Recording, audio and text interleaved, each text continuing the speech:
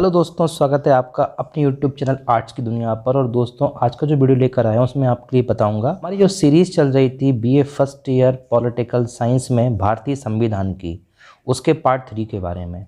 तो दोस्तों, सबसे पहले मैं आपको थोड़ा सा बता देता हूँ वीडियो शुरू करने से पहले कि पार्ट 3 क्या है और इसमें आप क्या पढ़ेंगे, क्या समझेंगे। मैंने जो वीडियो अपलोड किया था इस वीडियो के पहले मतलब जो सीरीज़ हमारी चल रही थी उसको मैंने अपलोड किया था दोस्तों 13 मार्च 2022 को, जिसमें मैंने पार्ट 2 अपलोड किया था। और उस पार्ट 2 में मैंने आपके लिए बताया हुआ था क्वेश्चन नंबर 1, जो हमारा यूनिट 1 का क्वेश्चन है, क्वेश्चन नंबर 1, उसके बारे में मैंने आपको समझाया था। तो पार्ट 2 में वीडियोस में क्वेश्चन नंबर 1 के बारे में मैंने पूरा आपको बताया हुआ है कि यूनिट 1 में किस तरह का क्वेश्चन दिया हुआ है आपके लिए और कैसा क्वेश्चन आपके पेपर में आ सकता है। आज का जो पार्ट 3 है ये भी इंडियन कॉन्स्टिट्यूशन यानी भारतीय संविधान का ही है, लेकिन इसमें आपके लिए क्वेश्चन नंबर 2 का क्वेश्चन बताऊंगा और उसका जो आंसर है यानी कि जो नोट्स हैं मैं आपको वो बताऊंगा। तो दोस्तों, वीडियो को पूरा देखिएगा। तो जैसे कि आप देख सकते हैं स्क्रीन पर आपको दिख रहा होगा यहाँ पर संविधान सभा का निर्माण कैसे हुआ। दोस्तों, आप प्लेलिस्ट में जाकर देख सकते हैं पूरा का पूरा बीए फर्स्ट ईयर का जो पेपर 2 है पॉलिटिकल साइंस का, उसमें आपके लिए पूरा संविधान दिया हुआ है। तो संविधान सभा का निर्माण कैसे हुआ ये प्रश्न है। क्या भारतीय संविधान सभा को भारतीय जनता की सच्ची प्रतिनिधि संस्था कहा जा सकता है? दोस्तों, बहुत इंपॉर्टेंट क्वेश्चन है। ये वीडियो जो मैं बना रहा हूँ ये लॉन्ग वीडियो आपके लिए बना रहा हूँ। क्यों? क्योंकि ये क्वेश्चन ही अपने आप में लॉन्ग है, मतलब क्वेश्चन का जो आंसर है वो भी लॉन्ग है, क्वेश्चन भी लॉन्ग है। तो आप देख सकते हैं स्क्रीन पर इस तरह से पूरा आपके लिए वीडियो मिलेगा। हो सकता है वीडियो लेंदी हो जाए तो मैं इसको पार्ट्स में डिवाइड कर दूं, अदरवाइज मैं आपको समझाता तो हूँ। तो दोस्तों, डिस्कस करते हैं क्वेश्चन को। क्वेश्चन कह रहा है आपसे कि संविधान सभा का निर्माण कैसे हुआ। एक सभा बनी हुई थी। आज जो आप संविधान देखते हैं हमारे देश का, ये कोई ऐसी थोड़ी बन गया कि बस मुंह उठाया कुछ लोगों ने संविधान बना के तैयार कर दिया। भाई, संविधान था, हलवा थोड़ी था। तो संविधान सभा का निर्माण कैसे हुआ ये आपको भी समझना है, और इसको जनता की सच्ची प्रतिनिधि संस्था हम कह सकते हैं कि नहीं कह सकते ये आपको समझना है। क्वेश्चन बदल के भी आ सकता है। कैसे आ सकता है? केवल आपके लिए शॉर्ट में ये क्वेश्चन दे सकते हैं इतना इतना, और दूसरा आपके लिए शॉर्ट क्वेश्चन बना के ये दे सकते हैं, मतलब क्वेश्चन को ब्रेक कर सकते हैं। ये तो हो गई क्वेश्चन की बात करते हैं अब उत्तर की। पहले आपको हेडिंग दी हुई है। देखिए, आप लोग बीए से हैं, बीए मतलब आर्ट्स, तो भैया आर्ट्स वाले को लिए सबसे इंपॉर्टेंट चीज़ क्या है कि हेडिंग्स को समझना सीखो। जितनी अच्छी हेडिंग बना कर लिख सकते हो उतना ज़्यादा अच्छे नंबर आपको नहीं मिलेंगे, उतना ज़्यादा जो चेकर है, जो कॉपी चेक करने वाला है, वो भाई तुम्हारा दीवाना हो जाएगा। तो भारत में संविधान सभा का विचार बात करते हैं हिस्टोरिकल पर्सपेक्टिव से, ऐतिहासिक पृष्ठभूमि से। तो कैसे संविधान सभा का विचार भारत में आया होगा? तो क्या लिखा हुआ है कि ऐसा नहीं है कि जब स्वतंत्रता भारत का द्वार खटखटा रही थी, मतलब 1947 के आसपास, उसी समय भारत की जनता ने संविधान सभा का मांग किया हो, बल्कि संविधान सभा का विचार तो आज़ादी की मांग तथा स्वराज के लिए आंदोलन जिस समय चल रहे थे उस समय ही आ गया था। अब आपको बताते हैं कि कौन सा समय था। तो जिस समय स्वराज की मांग हो रही थी, जिस समय आज़ादी की मांग हो रही थी, उस समय की बात है 1906 की। तो एक ये पॉइंट आप ध्यान रखिएगा, बहुत अच्छे नंबर आपके लिए मिल जाएंगे अगर आप ये पॉइंट लिखते हैं। तो 1906 में कांग्रेस का जो अधिवेशन हुआ, मैं स्पष्ट शब्दों में ही सही लेकिन यही मांग की गई थी कि भारत के शासन का स्वरूप निर्धारित करने का अधिकार भारतीयों को होना चाहिए। तो अस्पष्ट शब्दों में कांग्रेस ने बोला, तो क्योंकि आप समझते हैं 1906 में हम लोग गुलाम थे अंग्रेजों के, और कांग्रेस पार्टी हो उस समय या और भी जो कुछ एक दो दल थे, इनको खुले होकर एकदम ओपन होकर बोलने की आज़ादी नहीं थी। तो इन्होंने भले ही छुपे हुए शब्दों में, दबे हुए शब्दों में कहा, लेकिन ये तो कहा कि भारतीयों के लिए एक संस्था होनी चाहिए। तो ये तो एक विचार रख दिया। अब उसके बाद बैक टू बैक क्या बदलाव हुए, क्या चीज़ें हुई, वो पढ़ते हैं। तो चलते हैं नेक्स्ट पैरा पे। लिखा हुआ है भारतीय राजनीति में गांधी जी के पर्दापण के बाद। अब होता क्या यार कि ये जो मैं आपके लिए नोट्स ये प्रोवाइड करवा रहा हूँ, जो वीडियो बना रहा हूँ, इसकी जो पीडीएफ है इसमें बहुत सारे वर्ड्स आपके टफ लग रहे होंगे, बट डोंट वरी, आपको चीज़ें समझ में आ जाएंगे। मैं इसका आपको बहुत ईजी वर्ड बता देता हूँ। इसका मतलब इतना सा है कि जब गांधी जी का आगमन भारत में होता है, कब होता है आगमन? 1915 में 9 जनवरी को होता है। आपको पता होगा, नहीं है पता तो अब पता कर लो। इसलिए हर साल 9 जनवरी को क्या मनाया जाता है? एनआरआई डे मनाया जाता है।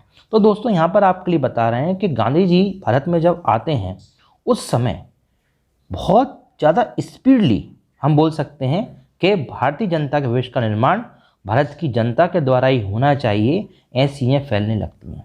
तो गांधी जी ने 1922 में स्पष्ट शब्दों में कहा था कि भैया एक संविधान सभा हम बनाएंगे।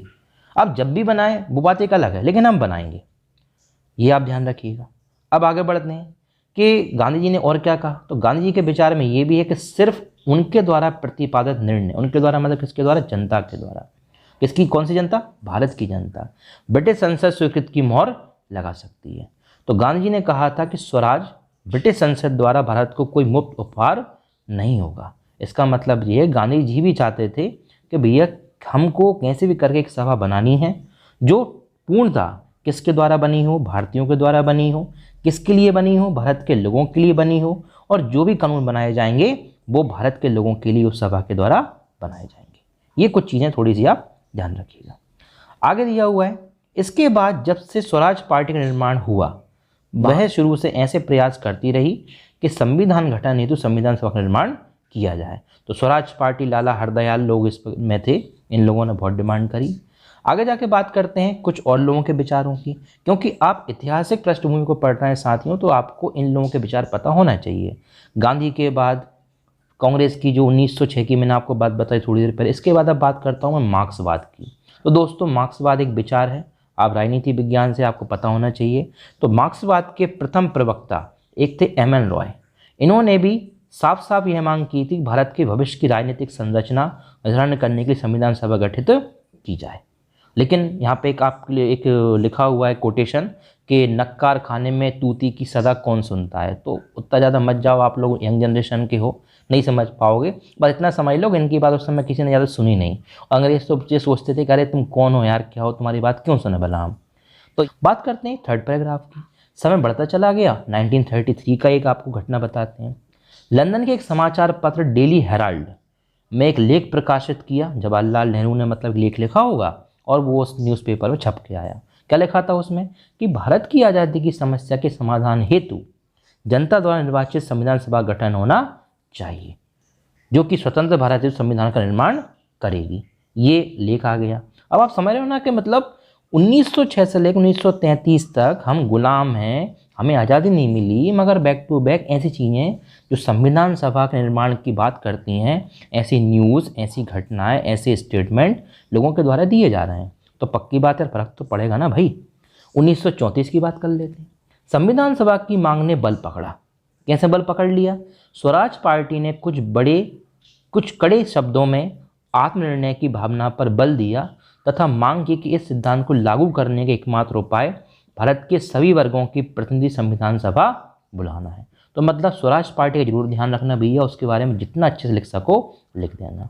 1939 पे आ जाते हैं। मतलब अभी आज़ाद नहीं हुए, लेकिन आज़ादी के करीब जाते जा रहा है, हौले हौले धीरे धीरे। तो 1939 में यह आवाज़ और ही बुलंद हो गई। कांग्रेस ने घोषित किया, एक स्वतंत्र देश के संविधान के निर्माण का एकमात्र तरीका संविधान सभा है। सिर्फ प्रजातंत्र स्वतंत्रता में विश्वास न रखने वाले इसका विरोध कर सकते हैं। तो मतलब समझ रहे हो आप, कांग्रेस ने ये बोल भी दिया, और कांग्रेस ने जो लोग विरोधी थे संविधान सभा के, संविधान के, उन लोगों को क्या कर दिया, सबक भी सिखा दिए ऐसे शब्द बोलकर। आगे लिखा हुआ है, शायद कांग्रेस के यह प्रस्ताव रद्दी की टोकरी में ही पड़े रह जाते, लेकिन इसी वर्ष अंतर्राष्ट्रीय राजनीति में एक तेज भूकंप आया, द्वितीय विश्व छिड़ गया तथा परिस्थितियां बदल गईं।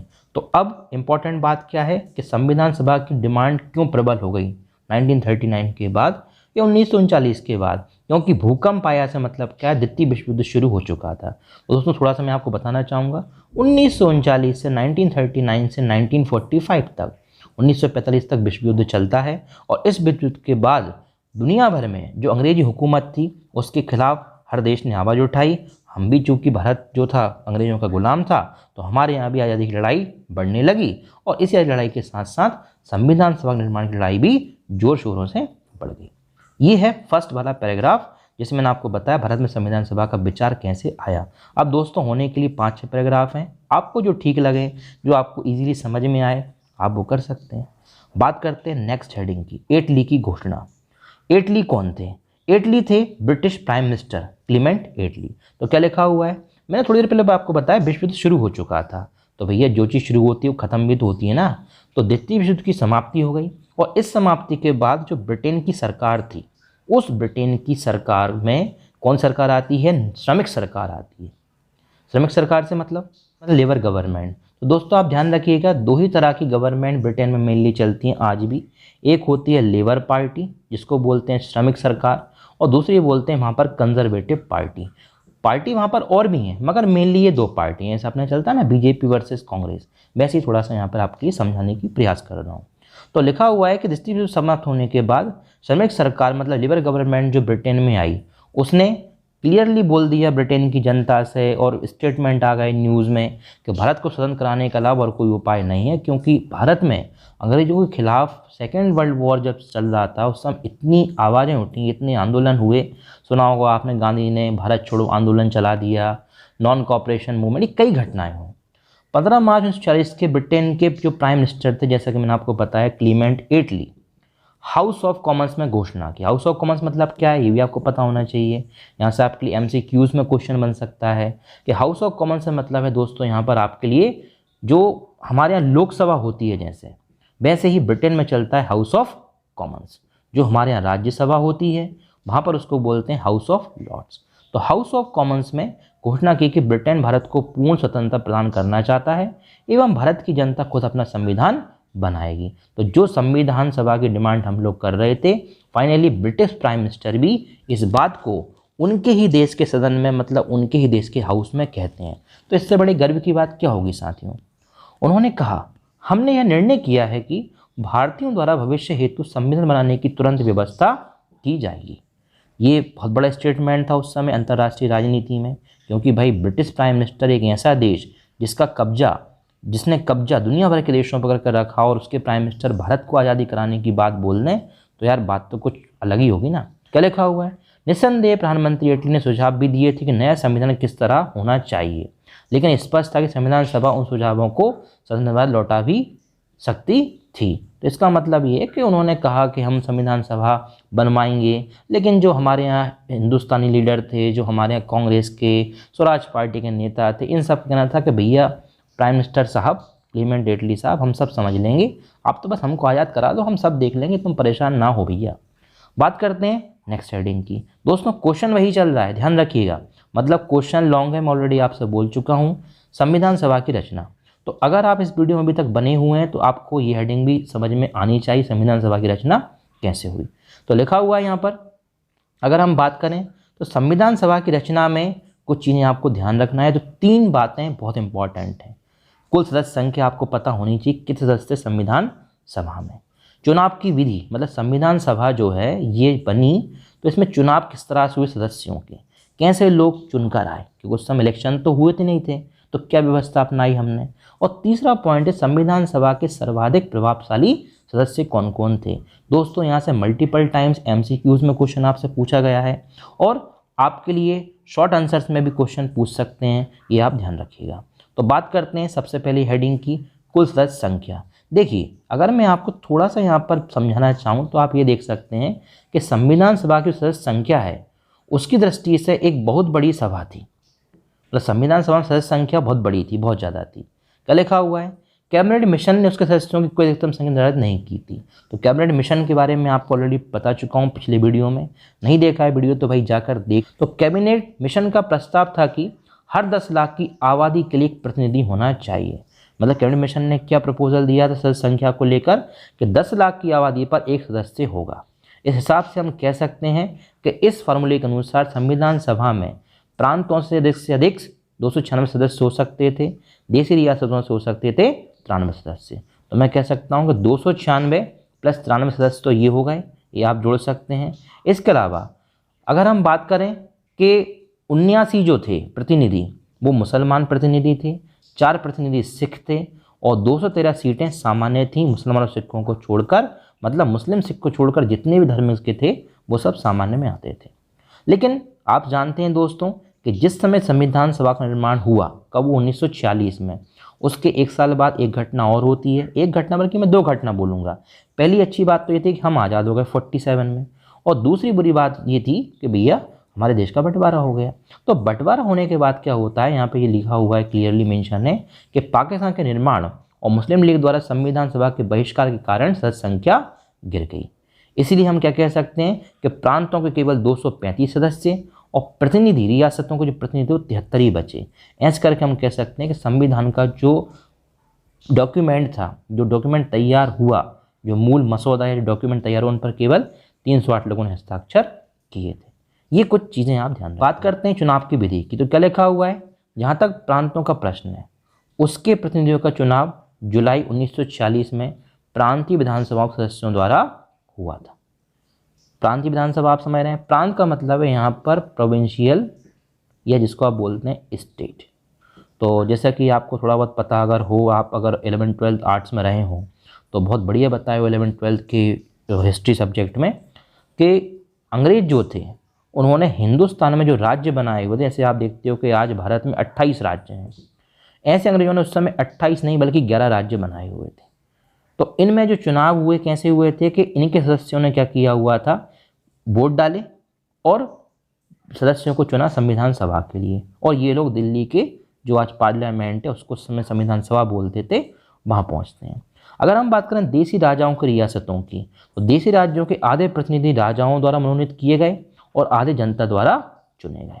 तो आपको पता होना चाहिए कि देसी रियासतों के प्रतिनिधि कैसे चुने गए थे, और साथ में जो प्रोविंस से यानी कि जो बोल सकते हैं हम लोग प्रांतीय विधानसभा थी, उनमें कैसे चुनाव हुआ। संविधान सभा की प्रथम बैठक जो है 9 दिसंबर 1946 को हुई थी, और इसके जो सदस्य थे, प्रथम बैठक में सदस्य जो थे, उसके अध्यक्ष के तौर पर उस बैठक का बोल सकते हैं अध्यक्षता किसने की, तो वो थे सच्चिदानंद सिन्हा ने की थी। ये भी आपको पता होना चाहिए। यह आदर उन्हें इसलिए प्रदान किया गया, क्यों उनको बनाया गया अध्यक्ष, क्योंकि वो संविधान सभा के सबसे वृद्ध, वयोवृद्ध से मतलब सबसे ज़्यादा बुजुर्ग व्यक्ति थे, और बुजुर्गों को सम्मान देना ही पड़ता है यार। बाद में संविधान सभा ने डॉक्टर राजेंद्र प्रसाद को अध्यक्ष चुन लिया, और तब से डॉक्टर राजेंद्र प्रसाद संविधान सभा के अध्यक्ष रहे संविधान बनने तक। और दोस्तों आप जानते हो उसके बाद वो देश के फर्स्ट प्रेसिडेंट ऑफ इंडिया मतलब फर्स्ट राष्ट्रपति भी बने। तो ये आप चीज़ों को समझ सकते हैं। बाकी आप लोग पढ़ लिखिए, एक लाइन तो मैं आपको नहीं बताऊंगा, बस मेरा ऑब्जेक्टिव, मेरा मोटो ये है, मेरे चैनल का मोटो ये है कि आप चीज़ों को थोड़ा सा समझें, आप आर्ट्स को ट्रिकी तरीके से समझने की कोशिश करें। मैं चाहता हूँ कि आर्ट्स कितने भी स्टूडेंट हैं उनको चीज़ें इंटरेस्ट के साथ याद हो, इंटरेस्ट के साथ समझ में आए। ऐसा ना हो कि बस आप चीज़ों को पढ़ रहे हो, रट रहे हो। बिकॉज मैं देखता हूँ कि बच्चे बस कंफ्यूज रहते हैं, अरे यार बहुत टफ है, थ्योरी है। ऐसा नहीं है भाई, समझो, इंटरेस्ट आएगा, मज़ा आएगा। अब बात करते हैं कौन कौन प्रभावशाली सदस्य थे। देखो क्या बताया मैंने आपके लिए, 296 मेंबर, 73 मेंबर, बहुत सारे हो गए यार, इतने का क्या करोगे। इंपॉर्टेंट है खास कौन थे जिनकी चलती थी। तो इसमें खास लोग राजेंद्र प्रसाद, मौलाना आज़ाद, जवाहरलाल नेहरू, वल्लभ भाई पटेल, अंबेडकर, गोविंद बल्लभ पंत, NG आयंगर, कृष्ण स्वामी आयंगर, KM मुंशी, आचार्य कृपलानी, श्यामा प्रसाद मुखर्जी, यही लोग सबसे खास थे। लिखा भी हुआ है G. ऑस्टिन मतलब गॉडविन ऑस्टिन एक राइटर है, उन्होंने तो ये तक लिख दिया है कि नेहरू उच्च कोटि के विचारक थे, अय्यर एक असाधारण कोटि के वकील थे, और NG आयंगर उच्च कोटि के प्रशासक थे, पटेल लौह पुरुष और राजनीतिज्ञ थे। तो इन लोगों का सबसे ज़्यादा दबदबा था, संविधान सभा में बोलबाला था, और इनकी ज़्यादातर चीज़ों को, ज़्यादातर विचारों को हमारे संविधान में शामिल किया गया है। तो दोस्तों ये था वीडियो का पार्ट 3। इसमें मैंने आपके लिए क्वेश्चन नंबर 2 की कुछ इंपॉर्टेंट चीज़ें बताई। जो नेक्स्ट वीडियो लेकर आऊँगा, अगर आप इस वीडियो को देखते हैं, अगर मुझे कमेंट आते हैं, आप लोग बोलते हैं कि हाँ कंटिन्यू कीजिए सीरीज़, तो नेक्स्ट वीडियो लेकर आऊँगा। इसमें आपकी बिल्कुल यहाँ से संविधान सभा की प्रकृति समझाऊँगा कि संविधान सभा की प्रकृति क्या है। मतलब कि संविधान सभा को लेकर लोग क्वेश्चन करते हैं कि क्या ये वाकई में संस्था जो है ये जनता के द्वारा चुनी गई थी, क्या है क्या नहीं है। तो ये सब समझाऊंगा मैं आपको प्रकृति में, और इसको डिस्कस करने के बाद फिर फर्दर हम लोग संविधान सभा के मार्ग में क्या कठिनाइयाँ आईं, क्या क्या प्रॉब्लम्स हुई संविधान सभा के बनाने में, वो पढ़ेंगे। और उसके बाद फाइनली हमारा जो है ये क्वेश्चन नंबर 2 कंप्लीट हो जाएगा, फिर क्वेश्चन नंबर 3 पर जाएंगे। तो मेरा टारगेट है कि आपके जो एग्ज़ाम्स आ रहे हैं, अपकमिंग एग्ज़ाम्स जो आपके आएंगे अप्रैल और मई के महीने में, कुछ यूनिवर्सिटीज़ में मोस्ट प्रोबेबली आपका जो है मार्च में शायद डेट आ जाए। तो मेरा टारगेट है कि मैं तब तक चाह रहा हूँ कि आपके लिए कुछ क्वेश्चंस करा दूँ, 10 क्वेश्चन 15 क्वेश्चन के नोट्स दे दूँ, जिससे आपकी बहुत हेल्प हो सके। लेकिन दोस्तों इस पूरे सिलसिले में मुझे आपका सपोर्ट चाहिए। आप वीडियो को शेयर करें ऐसे दोस्तों के साथ जिनको नीड है इस सारे कंटेंट की, तो वो थोड़ी सी मैं आपसे हेल्प चाहता हूँ। बाकी मिलता हूँ बहुत जल्द नेक्स्ट वीडियो में। तब तक के लिए खुश रहिए, देखते रहिए आर्ट्स की दुनिया। जय हिंद, वंदे मातरम।